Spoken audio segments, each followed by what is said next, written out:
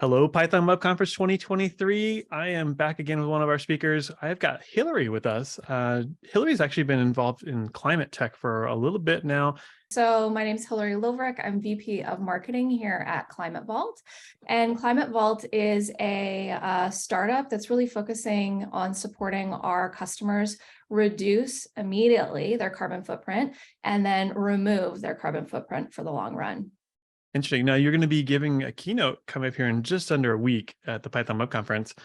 Give folks a little taste of what they can expect to hear. My keynote is all around how data is nascent in the climate space right now. Companies have a meaningful impact or can have a meaningful impact on what we're experiencing right now with climate change, but they don't have the data to do so. So my talk is going to be all around how to find that data, how to leverage that data, and how to use it to be part of the solution. Python is playing such a big role in where those problems get solved, discovered, understood. So I hope people really can get a lot out of your talk at Python Web Conference. What do you hope to get out of the conference for yourself?